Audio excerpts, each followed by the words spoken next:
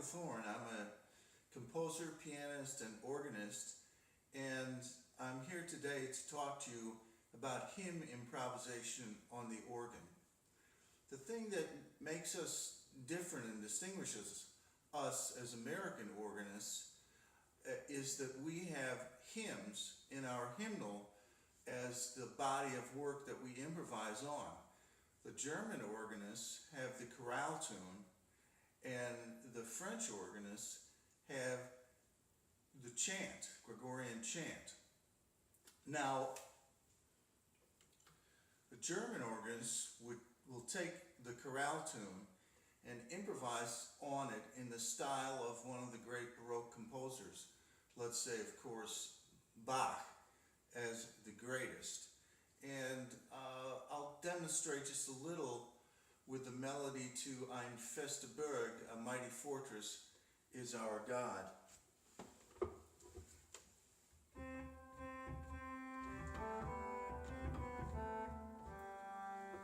And one of the things Bach loved to do, of course, was to play in two parts on the manual and put the chorale tune in the pedal board.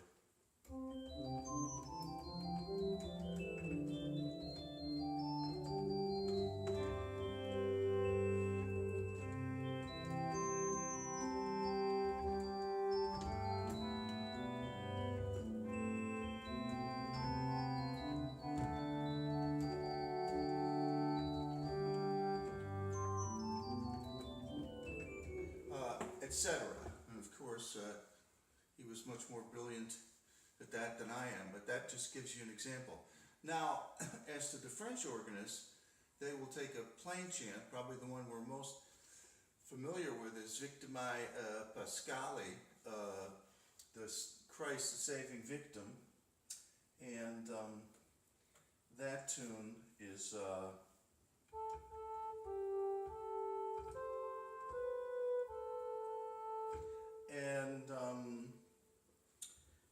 okay, that's actually a lot more pleasant to improvise on because the French organist will take the head of the chant and play on it.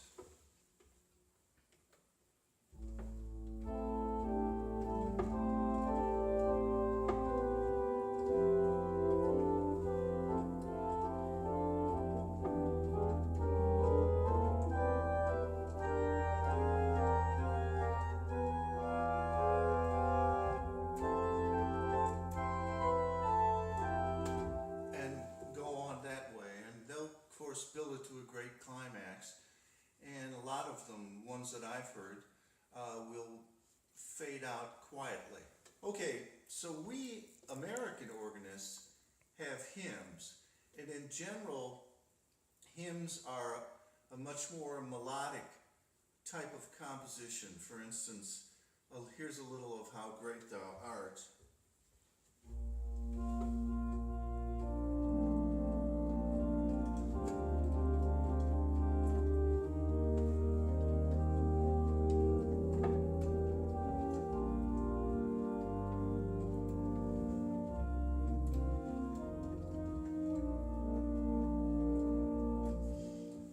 Okay, so how do we improvise on something like that? And that's what we're going to talk about now.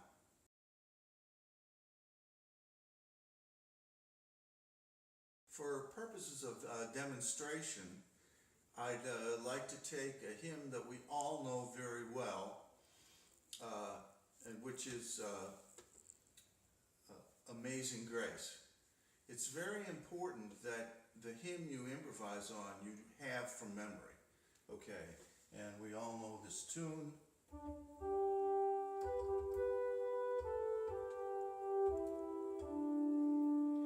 And the first exercise that I'd like to have you do is to take that hymn tune and be able to play it in any key. For instance, if we were going to go to B flat,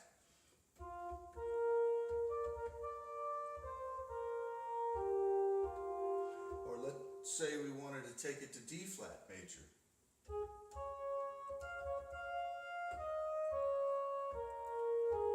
And on and on and on, A major.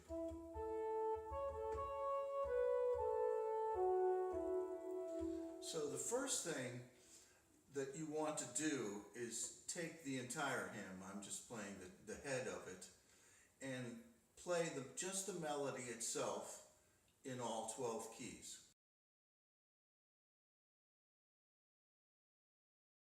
So the next thing we have to decide, of course, is how we're going to harmonize this melody. And I'm going to go back to the key that it's normally in, G, although our hymns are getting lower and lower. You'll find it in F in a lot of hymnals. And when we play it, we can take a few approaches. Now, in the hymnal, this melody is harmonized with primary triads like this.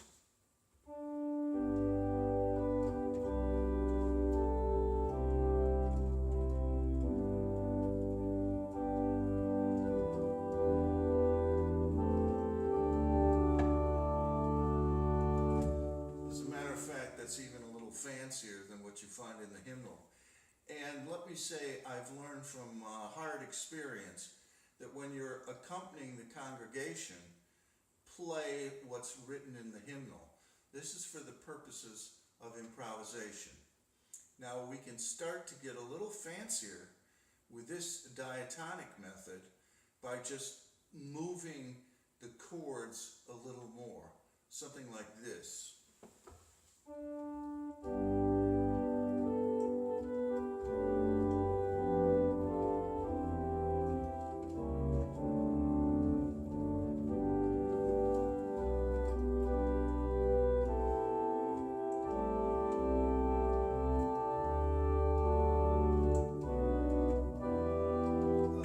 Etc. Okay, now this is again very diatonic. Now an approach that I found is quickly very accessible and pleasing is to, instead of just triads, using more seventh chords like this.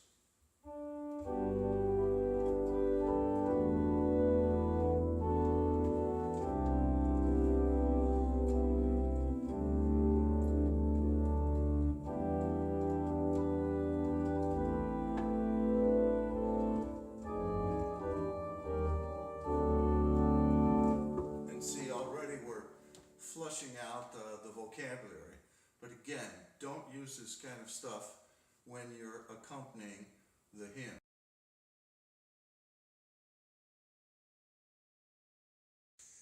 So now we can get to something which I find a much more satisfying approach, which is to play more chromatically with the bass and the chords, maybe something like this.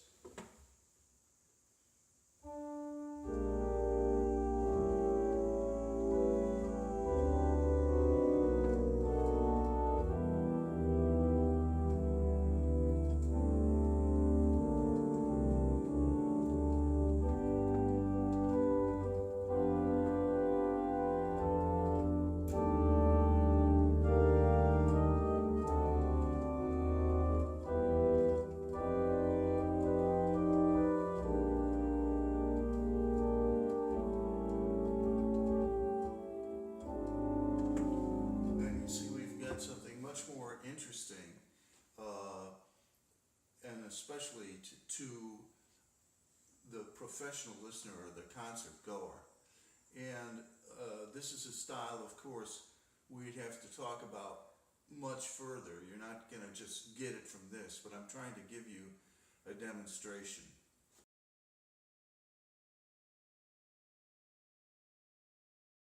After we've decided on a harmonic approach, which, believe me, does not happen in a week or two. It's a lifetime process.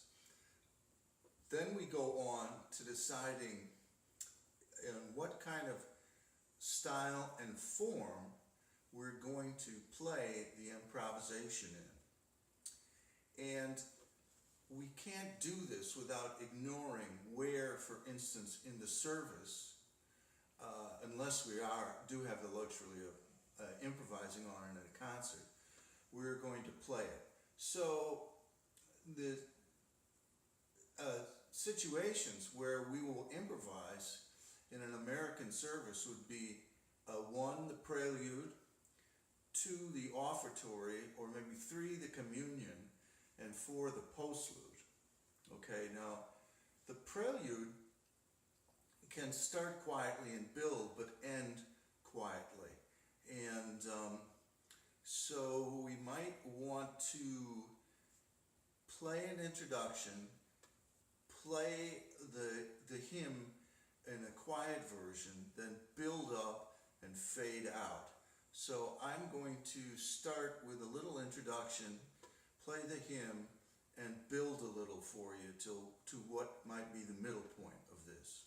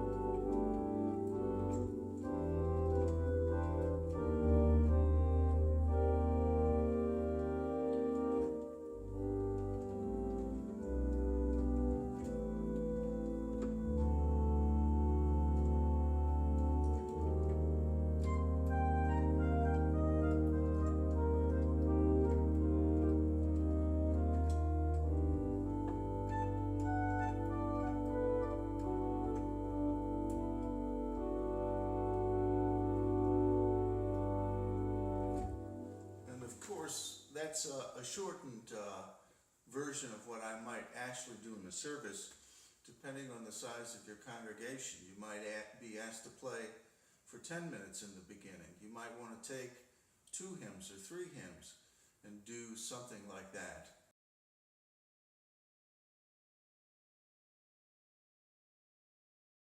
Now, if we are playing for communion, we might be able to play a little more abstractly and take the hymn apart a little more. For instance,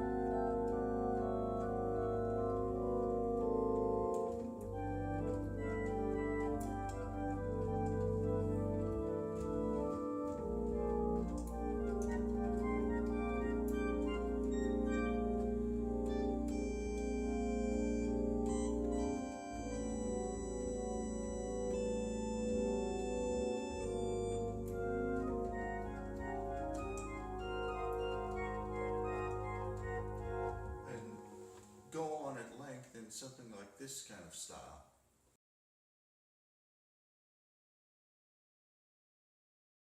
The postlude, of course, we can crank the organ up, and we have a little more freedom. After all, half the people are leaving the building already. Although I've been fortunate in my career to play at many churches where people sat through the entire postlude, and you have to try to not let that get to be too much of a pressure for you.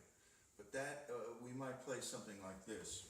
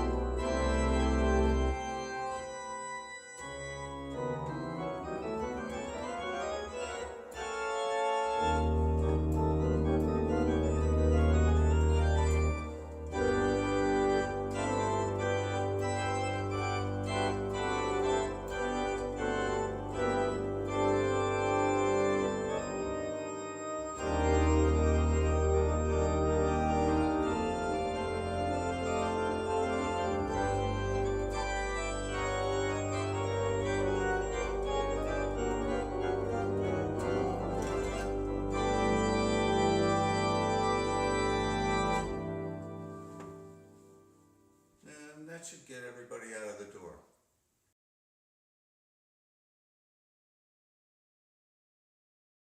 All right, well, that's a lot of material, and like I said at the beginning, I've just been trying to give you an overview. If we proceeded, we would take individual lessons on these various aspects. For instance, we might even spend 2, 3 to 4 weeks on harmonization techniques, and for instance the style, or just playing a communion piece. We easily take several lessons. I mean, I have to say in all honesty, this has taken me years of experience to develop. But I hope that this introduction has given you enough to pique your interest and inspire you to continue further in your efforts.